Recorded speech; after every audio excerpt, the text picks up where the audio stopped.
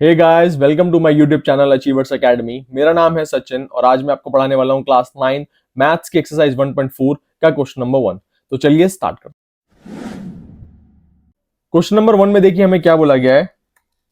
Classify the following numbers as rational और irrational. हमें कुछ नंबर्स दिए गए हैं और हमें बताना है कि ये रैशनल है या इरैशनल है।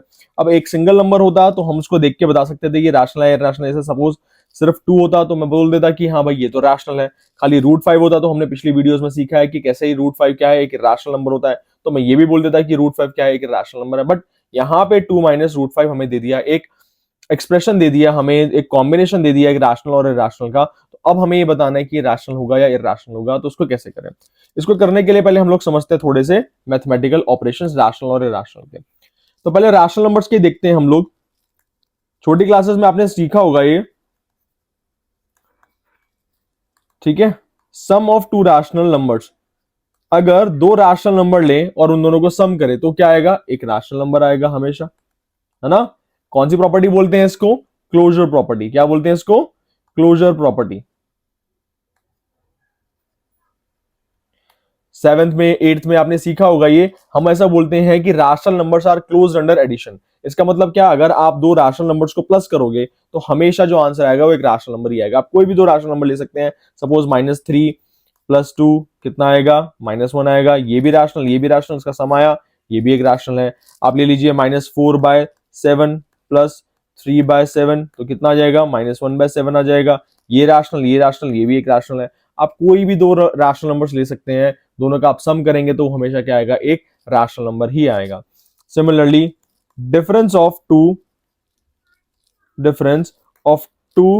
रैशनल नंबर्स, अगर दो रैशनल नंबर का हम डिफरेंस करते हैं तो वो भी क्या आएगा? एक रैशनल ही आएगा, है ना। सेम एग्जांपल आप ले सकते हैं।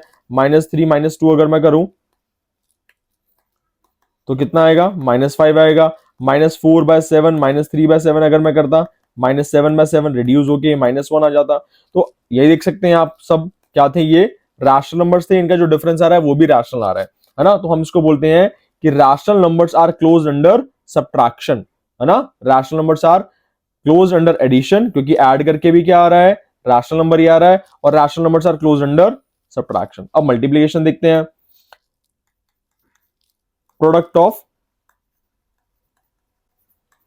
टू रैशनल, अगर दो रैशनल नंबर को आप प्रोडक्ट करोगे, दो रैशनल नंबर का आप प्रोडक्ट करोगे, मल्टीप्लाई करोगे, तो वो भी क्या आएगा? एक रैशनल नंबर आएगा, ठीक है। देख सकते हैं आप -7 × 2 कितना आया? -14 आ गया। आप कोई भी और नंबर ले लीजिए। -14 × 0, क्योंकि 0 भी एक रैशनल नंबर है, हमने सीखा है। तो -14 × 0 0 आ गया, ये भी एक रैशनल नंबर आ गया। बट क्या division of to rational number, division of to rational, अगर दो रैशनल नंबर्स को आप डिवाइड करते हैं तो क्या होगा? तो नॉट ऑलवेज रैशनल, हमेशा रैशनल नहीं आएगा। वैसे तो देखिए सारी सिचुएशन में रैशनल ही आता है, सिर्फ एक को छोड़ के। पहले हम लोग बाकी की सिचुएशन समझ लेते हैं। सपोज आप -7 को डिवाइड करते हैं 2 से, तो उसको लिखेंगे -7/2। -7 एक रैशनल नंबर है, 2 एक रैशनल नंबर है, डिवाइड करके भी एक रैशनल नंबर आ गया। कोई और एग्जांपल ले लीजिए। 14/11 डिवाइडेड बाय -3/7, अगर मैं इसको डिवाइड करूं तो ये 14/11 मल्टीप्लाई -7/3 हो जाएगा। जो भी आंसर आएगा वो भी एक रैशनल नंबर ही होगा, है ना। तो हर एक सिचुएशन में देखिए रैशनल नंबर आ रहा है, सिर्फ एक को छोड़ के। क्या है वो सिचुएशन? अगर मैं 1 करता हूं डिवाइडेड बाय 0, या किसी और भी नंबर को, कोई भी और नंबर लगा लीजिए आप, -14/11 को मैं डिवाइड करता हूं 0 से। किसी भी नंबर को हम लोग जब 0 से डिवाइड करते हैं, 0 एक रैशनल नंबर है, हमें सबको पता है। बट जब हम लोग किसी भी नंबर को 0 से डिवाइड करते हैं तो वो क्या आता है? इरैशनल आ जाएगा। क्या आ जाएगा? इरैशनल। तो हम क्या बोलेंगे? Rational numbers are not closed under division, ठीक है। तो इससे हमें क्या समझ आया कि अगर हम दो रैशनल नंबर्स को सम करेंगे तो आंसर हमेशा रैशनल नंबर होगा। दो रैशनल नंबर को अगर हम लोग सब्ट्रैक्ट करेंगे तो आंसर हमेशा क्या होगा? एक रैशनल नंबर होगा। दो रैशनल नंबर को अगर हम लोग मल्टीप्लाई करेंगे तो भी आंसर क्या होगा? एक रैशनल नंबर ही होगा। बट दो रैशनल नंबर्स को जब हम लोग डिवाइड करेंगे तो आंसर हमेशा रैशनल नहीं होगा, नॉट ऑलवेज रैशनल। ठीक है, अब इसमें भी सिर्फ एक ही कंडीशन है ऐसी, जब ये रैशनल नहीं आएगा, जब आप डिवाइड करेंगे किसी भी रैशनल नंबर को 0 से। ठीक है, अब हम समझते हैं इर्रेशनल नंबर्स के बारे में। सम ऑफ टू इर्रेशनल, अगर आप दो इर्रेशनल नंबर्स को ऐड करते हैं तो क्या होगा? ठीक है, तो हमेशा आंसर इर्रेशनल ही होगा। ठीक है, क्या होगा? इर्रेशनल होगा। सपोज जैसे मान लीजिए आपने √3 में ऐड किया √5 को। ठीक है, पहली बात तो आप ये समझिए कि क्या हम इनको ऐड कर सकते हैं? नहीं, ये ऐड होगा ही नहीं। इसका आंसर √3 प्लस √5 ही रहेगा। अब √3 इंडिपेंडेंटली एक इर्रेशनल नंबर है, √5 भी एक इर्रेशनल नंबर है, तो जो उनका सम आएगा, वैसे तो सम कुछ आएगा ही नहीं, ये ऐसे कैसे ही लिखेंगे हम लोग, ये भी क्या होगा? आपका इर्रेशनल ही होगा। ठीक है, बट अगर मान लीजिए √5 प्लस √5 होता तो क्या आप हम इसे ऐड कर सकते हैं? बिल्कुल कर सकते हैं। √5 को √5 में ऐड करेंगे तो ये हो जाएगा 2√5। आप इसको इस तरीके से समझ सकते हैं, जैसे हम लोग दो लाइक वेरिएबल्स को ऐड करते थे ना, जैसे x प्लस एक्स ऐड करते थे तो क्या आता था? 2x आता था, है ना? x ऐड नहीं हो रहा, बट इसके आगे के जो कोफिशिएंट्स होते हैं 1 और 1, ये दोनों ऐड होकर 2 बनाते थे, 2x होता था। सिमिलरली √5 को √5 से ऐड करेंगे तो 2√5 आएगा। सपोज मान लीजिए अगर ये 3√3 प्लस 2√3 होता तो आंसर आता 3 और 2, ये दोनों ऐड हो जाएंगे, ये हो जाएगा कितना? 5 और √3 ऐसे कैसा है। जैसे अगेन मैंने क्या बोला आपको कि आप इस तरीके से एग्जांपल ले सकते हैं कि 5x प्लस 2x, ठीक है, तो 7x होता था। इसी तरीके से आप लिख सकते हैं कि 5√3 प्लस 2√3 होगा 7√3 के। ठीक है, तो हम जैसे लाइक वेरिएबल्स को ऐड कर सकते थे, उसी तरीके से हम लोग लाइक रैशनल नंबर्स को भी ऐड कर सकते हैं, हम लोग ऐसा बोल सकते हैं। लेकिन अनलाइक होते तो ये मान लीजिए 2√7 प्लस 3√5, अब कुछ कर सकते हैं हम लोग इसको? नहीं, हम इसको ऐड नहीं कर सकते, ये ऐसा कैसा ही रहने वाला है। ठीक है, बट आप कुछ भी कर लीजिए, ऐड कर सके चाहे ना कर सके, जैसे √5 को √5 से ऐड करके मैंने 2√5 लिखा, चाहे ऐड कर पा रहे हैं हम चाहे नहीं कर पा रहे हैं, आंसर आपका इर्रेशनल ही होगा। ठीक है, क्या होगा? इर्रेशनल। ये भी इर्रेशनल है, ये भी इर्रेशनल है। ऐड करके आ रहा है आंसर या नहीं आ रहा, हम ऐड कर पा रहे हैं नहीं कर पा रहे, डजंट मैटर। अगर दो इर्रेशनल नंबर्स को आप ऐड करते हैं तो आंसर इज ऑलवेज इर्रेशनल। ठीक है, सिमिलरली अगर हम लोग डिफरेंस देखें, difference of two irrational,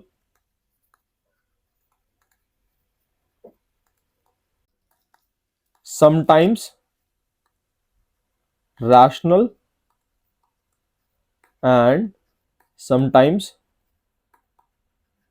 irrational. अब ये क्या चीज है कि कई बार आंसर आपका रैशनल आएगा अगर आप दो इर्रेशनल नंबर्स को सबट्रैक्ट करेंगे तो, और कई बार इर्रेशनल ही आएगा। अब कैसे? देखिए, अगर मान लीजिए आप √5 से सबट्रैक्ट कर देते हैं √5 को, ठीक है, √5 माइनस √5 है, दो लाइक इर्रेशनल नंबर्स हैं तो उसको सबट्रैक्ट करेंगे, सबट्रैक्ट हो सकता है, जैसे मैंने बताया था x माइनस एक्स। मैंने आपको बताया कि आप इनको वेरिएबल की तरह कंसीडर कीजिए, वेरिएबल की तरह ट्रीट कीजिए और देखिए क्या इनको ऐड या सबट्रैक्ट कर सकते हैं। तो √5 को जब √5 से माइनस करेंगे, जैसे x को x से माइनस करते थे 0 आता था ना, तो √5 को रूट से माइनस करके भी क्या आ गया? 0 आ गया। अब ये तो क्या था? एक इर्रेशनल नंबर, ये भी क्या था? एक इर्रेशनल नंबर, लेकिन जब सबट्रैक्ट करके आया 0, 0 क्या है? एक रैशनल नंबर है। तो जैसे मैंने बताया आपको कि जब हम लोग दो इर्रेशनल नंबर्स को सबट्रैक्ट करेंगे तो समटाइम रैशनल नंबर भी आ सकता है, और ये समटाइम रैशनल नंबर कब आएगा? when both irrational numbers are equal, irrational are equal। जब इक्वल इर्रेशनल नंबर को हम सबट्रैक्ट करेंगे तो, क्योंकि इक्वल इर्रेशनल नंबर को आप सबट्रैक्ट करेंगे तो वो हो जाएगा 0। 0 क्या है? एक रैशनल नंबर है। लेकिन इर्रेशनल कब आएगा? अब इर्रेशनल आएगा तब जब दो अलग अलग इर्रेशनल नंबर्स होंगे, जैसे √3 माइनस √2। पहली बात, हम इसको सबट्रैक्ट ही नहीं कर सकते हैं, है ना? क्या नहीं कर सकते? सबट्रैक्ट ही नहीं कर सकते। तो ऐसे कैसे रहने वाला है? क्योंकि ये x है और ये y है, x में से y को सबट्रैक्ट कर सकते हैं? हम नहीं कर सकते, तो ये ऐसे ही रहने वाला है।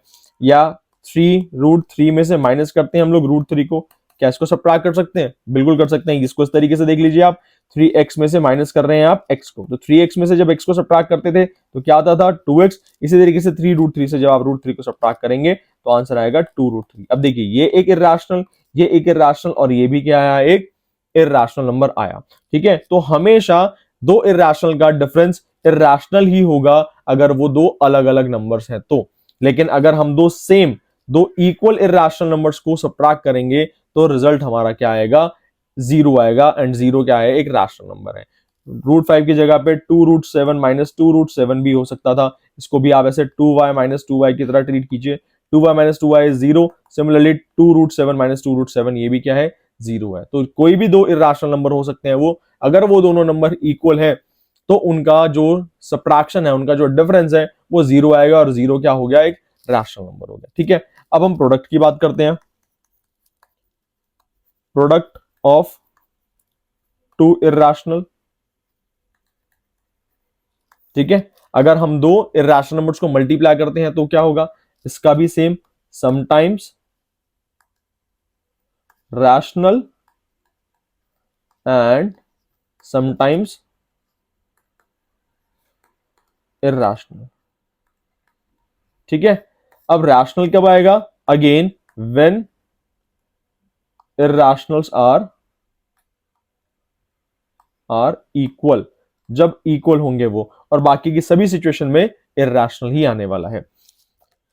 ठीक है, अब जैसे कुछ एग्जांपल से समझते हैं। सपोज मैं √5 को मल्टीप्लाई कर देता हूं √5 से। ठीक है, √5 मल्टीप्लाई √5 क्या होगा, ये इसका आंसर होगा √25। ठीक है, √25 को मैं प्राइम फैक्टराइज करके वापस √5 इंटू 5 लिख सकता हूं। अब √5 इंटू 5 तो एक पेयर बन गया 5 का, एक 5 बाहर आ जाएगा। हमें पता है स्क्वायर एंड स्क्वायर रूट्स हमने सीखा है क्लास 8th में। ठीक है, तो जब ये 5 का एक पेयर बना, एक 5 बाहर आ गया, तो उसको मैं लिख सकता हूं 5/1। दैट मींस √5 और √5 को जब मैंने प्रोडक्ट किया, दो इक्वल इर्रेशनल नंबर को जब मैंने मल्टीप्लाई किया, तो मेरा आंसर आ गया 5। दैट इज एक रैशनल नंबर आ गया। ठीक है, सिमिलरली अगर ये √7 मल्टीप्लाई √7 होता तो आपको ये सब करने की जरूरत नहीं है, सीधा आप लिख सकते हैं √7 इंटू √7 इज 7। तो दो इक्वल इर्रेशनल को प्रोडक्ट करके भी हमारा क्या आया, एक रैशनल नंबर आया। मान लीजिए ऐसा होता 3√2 मल्टीप्लाई 3√2। अब इसको कैसे मल्टीप्लाई करेंगे, इसमें क्या होता है, जैसे कोफिशिएंट्स होते थे ना हमारे वेरिएबल्स के साथ, उनको मल्टीप्लाई करते थे, और कोफिशिएंट्स को अलग से मल्टीप्लाई करते थे, वेरिएबल्स को अलग से मल्टीप्लाई करते थे। सिमिलरली हम वैसे ही करेंगे, जैसे 3 3 9 और √2 इंटू √2 इज 2। ठीक है, √2 क्या हो गया, 2 हो गया, तो ये कितना हो जाएगा आपका आंसर 18। तो ये भी क्या बन गया आपका, दो इर्रेशनल को मल्टीप्लाई करके एक रैशनल नंबर आ गया। सेम अगर मैं ऐसे लूं, मान लीजिए 3√3 मल्टीप्लाई 2√7। अब बताइए, अब ये इर्रेशनल रहेगा, क्यों, क्योंकि यहां पे जो इर्रेशनल्स है ना, ये क्या है, इर्रेशनल्स, दे आर नॉट इक्वल, ये इक्वल नहीं है। यहाँ पे 3 2 से मल्टीप्लाई होगा, जैसे बताया मैंने, कोफिशिएंट से होता था ना वेरिएबल की सिचुएशन में, एक अलजेब्रिक एक्सप्रेशन में, उसी तरीके से 3 2 से होगा 6, और रूट वाला नंबर से होगा। जब 3 √7 से मल्टीप्लाई होगा तो हो जाएगा √21। तो ये क्या है, ये भी एक इर्रेशनल नंबर है। ठीक है, आई होप आपको समझ आ रहा है रैशनल इर्रेशनल का हम लोग जब एडिशन सब्ट्रैक्शन मल्टीप्लिकेशन डिवीजन करते हैं तो क्या नंबर आते हैं, और आपको साथ ही साथ इनकी कैलकुलेशन भी समझ आ रही है, क्योंकि इसका आगे वाले क्वेश्चंस में यूज होने वाला है। आपको पता होना चाहिए कि कैसे हम इनको ऐड कर सकते हैं, हम किस किस रैशनल को इर्रेशनल को ऐड कर सकते हैं, किसको नहीं कर सकते, किसको मल्टीप्लाई कर सकते हैं, किसको नहीं कर सकते। ठीक है, वैसे मल्टीप्लाई हम किसी को भी कर सकते हैं, चाहे रैशनल हो चाहे इर्रेशनल हो। दो इर्रेशनल नंबर्स को भी मल्टीप्लाई किया जा सकता है, बट मल्टीप्लाई करने के लिए आपको ये चीज ध्यान देनी होगी कि जो कोफिशिएंट्स होते हैं, जैसे अलजेब्रिक एक्सप्रेशन में कोफिशिएंट होते हैं ना, होल नंबर्स होते हैं, वो आपस में मल्टीप्लाई होते हैं, और जो इर्रेशनल नंबर्स होते हैं वो आपस में मल्टीप्लाई होते हैं। ठीक है, और कुछ एग्जांपल्स इसको समझ लेते हैं हम लोग। मान लीजिए 3√7 मल्टीप्लाई 5√9 होता, 7 होता, तो कैसे मल्टीप्लाई करते, देखिए 3 तो 5 से मल्टीप्लाई होगा, 3 5 15, और √7 से मल्टीप्लाई हो जाएगा तो ये 7 हो जाएगा। ठीक है, तो ये आंसर 105 आ गया, ये रैशनल आ गया। अगर ये 3√5 मल्टीप्लाई 5√5 होता तो ये हो जाता 3 5 15 मल्टीप्लाई √5 इंटू √5 अगेन 5, तो ये 15 5 75 हो जाता है ना। बट अगर मान लीजिए ये 3√5 मल्टीप्लाई 2√2 होता, तो अब ये तो आपस में मल्टीप्लाई हो जाएंगे, 3 2 6। ठीक है, बट जब √5 को मैं √2 से मल्टीप्लाई करूंगा तो ये √10 ही रहने वाला है। ठीक है, तो इन दोनों सिचुएशन में आप देख सकते हैं नंबर हमारा क्या आ गया, रैशनल आ गया, बट यहां पे क्या आ गया, इर्रेशनल आया है। ठीक है, यहां पे रैशनल आया दोनों सिचुएशन में, बट यहां पे क्या है, इर्रेशनल आया। क्यों, क्योंकि यहां पे जो हमारे इर्रेशनल नंबर्स थे ना, ये इक्वल थे। तो जब हम लोग दो इक्वल इरैशनल्स को मल्टीप्लाई करते हैं तो नंबर हमारा रैशनल हो जाता है। Same with the division of to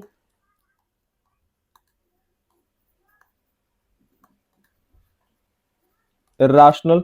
अगर दो इरैशनल नंबर को हम लोग डिवाइड करेंगे तो again sometimes rational and sometime irrational. ठीक है, कई बार रैशनल आएगा और कई बार इरैशनल आएगा। इसको भी समझते हैं हम कुछ एग्जांपल से। सेम मान लीजिए अगर मैं √3 को डिवाइड करता हूं √3 से, इसको हम ऐसे भी लिख सकते हैं √3/√3। ये कट जाएगा, क्या आ जाएगा 1। तो जब भी दो इक्वल इरैशनल्स होंगे, क्या होंगे, इक्वल इरैशनल होंगे, तो हमारा आंसर क्या आएगा, रैशनल आएगा। और उनको डिवाइड करेंगे तो जब भी दो इक्वल इरैशनल होंगे और हम उनको डिवाइड करेंगे तो आंसर हमारा क्या आएगा, रैशनल नंबर आएगा। और कुछ एग्जांपल ले सकते हैं, 2√7 डिवाइड बाय 7√7। इसको ऐसे लिख सकते हैं 2√7/7√7। √7 से √7 कट गया, आ गया 2/7, ये आ गया एक रैशनल नंबर। और एग्जांपल लेते हैं, मान लीजिए 3√2 डिवाइडेड बाय 2√5। अब क्या होगा, ये 3√2/2√5 लिख देंगे। आप कुछ कर सकते हैं क्या, रिड्यूस कर सकते हैं किसी को, बिल्कुल नहीं कर सकते। तो ये क्या रहेगा, इरैशनल ही रहेगा। ठीक है, आई होप आपको ये क्लियर है। अब हम चलते हैं नेक्स्ट, जब हम एक रैशनल और एक इरैशनल को ऐड या सब्ट्रैक्ट करेंगे तो रैशनल प्लस इरैशनल, ये तो हमेशा इरैशनल ही होगा।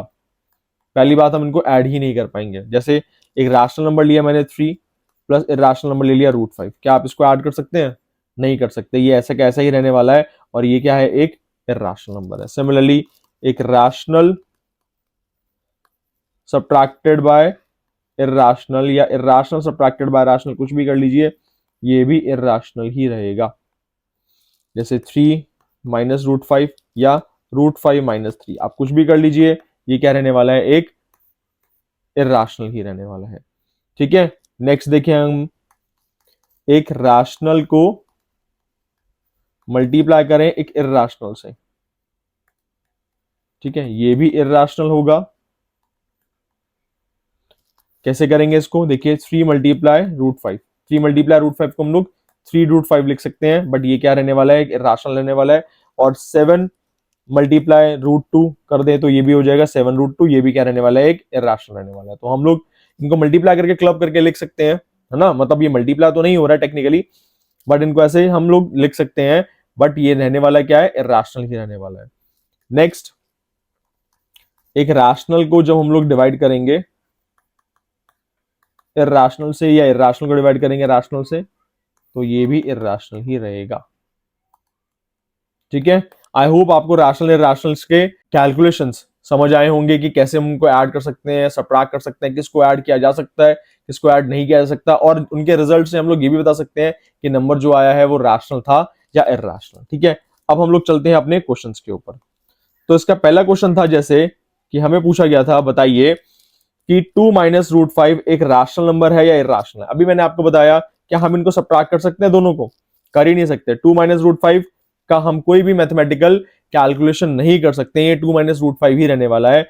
एक रैशनल है इसमें से और एक इरैशनल है ना।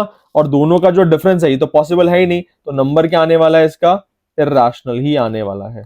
अब देखते हैं नेक्स्ट क्वेश्चन। नेक्स्ट क्वेश्चन में बोला गया है, बताइए कि 3 प्लस √23 माइनस √23 क्या रैशनल है, इरैशनल है। देखिए इसको सॉल्व करके देखते हैं। पहले तो हम लोग इसके ब्रैकेट ओपन कर देते हैं। 3 प्लस √23 माइनस √23 हो गया, ये ब्रैकेट हमने हटा दिया इसका। अब ये √23 है प्लस √23, इधर माइनस √23 है, प्लस माइनस माइनस, और √23 दोनों क्या है, एक लाइक इरैशनल नंबर है, तो उनको हम सब्ट्रैक्ट कर सकते हैं, है ना। तो इनको सब्ट्रैक्ट करेंगे तो क्या आ जाएगा, 0। तो आंसर क्या आ गया, 3। अब 3 क्या है, एक रैशनल नंबर, तो ये पूरा हमारे लिए क्या हो गया, रैशनल हो गया। नेक्स्ट देखते हैं। नेक्स्ट में बोला गया 2√7/7√7। अब देख सकते हैं आप यहाँ पे कि √7 और √7 दोनों क्या है, लाइक इरैशनल नंबर्स है ना। इसको यहां लिख देता हूं मैं वापस से, 2√7/7√7। ये √7 और √7 दोनों क्या है, लाइक इरैशनल नंबर्स हैं। इनको हम लोग क्या कर सकते हैं, डिवाइड कर सकते हैं। पीछे मैंने बताया था आपको, तो √7 से √7 कैंसिल आउट हो जाएगा, बचेगा क्या, 2/7। ये भी क्या हो गया, एक रैशनल नंबर हो गया। ठीक है, नेक्स्ट देखते हैं। नेक्स्ट है आपका 1/√2, ठीक है। ऊपर क्या है, एक न्यूमरेटर में रैशनल नंबर है, डिनोमिनेटर में एक क्या है, इर्रेशनल नंबर है, ठीक है। तो ये क्या है, ये इर्रेशनल ही रहेगा, ना तो हम इसको सॉल्व कर सकते हैं ना ही इसको सिंप्लीफाई कर सकते हैं। ऑल्दो डिनोमिनेटर में हमारा इर्रेशनल नंबर नहीं रहना चाहिए, इसको हम सीखेंगे आगे की वीडियोस में कि कैसे हम इसको रैशनलाइज करते हैं। डिनोमिनेटर में कभी भी इर्रेशनल नंबर नहीं रहना चाहिए, हम इसको रैशनलाइज करते हैं, रैशनलाइजिंग ऑफ डिनोमिनेटर, ये हम आने वाली वीडियोस में सीखेंगे। फिलहाल बस आप इतना समझिए कि 1/√2 इसको सॉल्व नहीं कर सकते, सिंप्लीफाई नहीं कर सकते, ऊपर एक रैशनल नंबर नीचे एक इर्रेशनल नंबर, तो division of one rational and one irrational is irrational, ठीक है।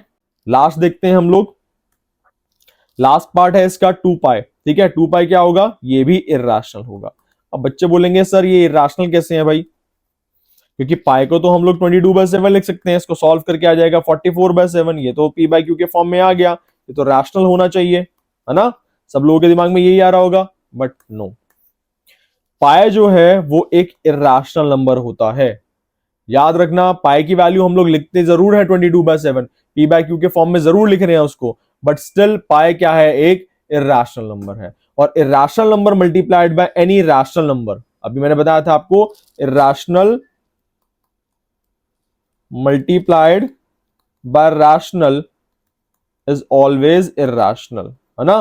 तो इसीलिए 2 मल्टीप्लाई बाय पाई, पाई क्या है, एक इर्रेशनल नंबर है, ठीक है। ऑल्दो पाई की वैल्यू हम लोग लेते हैं 22/7, p/q के फॉर्म में लेते हैं, but still pi is an irrational number. बहुत बार बहुत सारे एग्जाम्स में ये क्वेश्चन पूछा जाता है, तो यू मस्ट नो इट कि पाई एक इर्रेशनल नंबर है and 2 multiply by pi is also irrational, ठीक है। तो ये इर्रेशनल नंबर हुआ।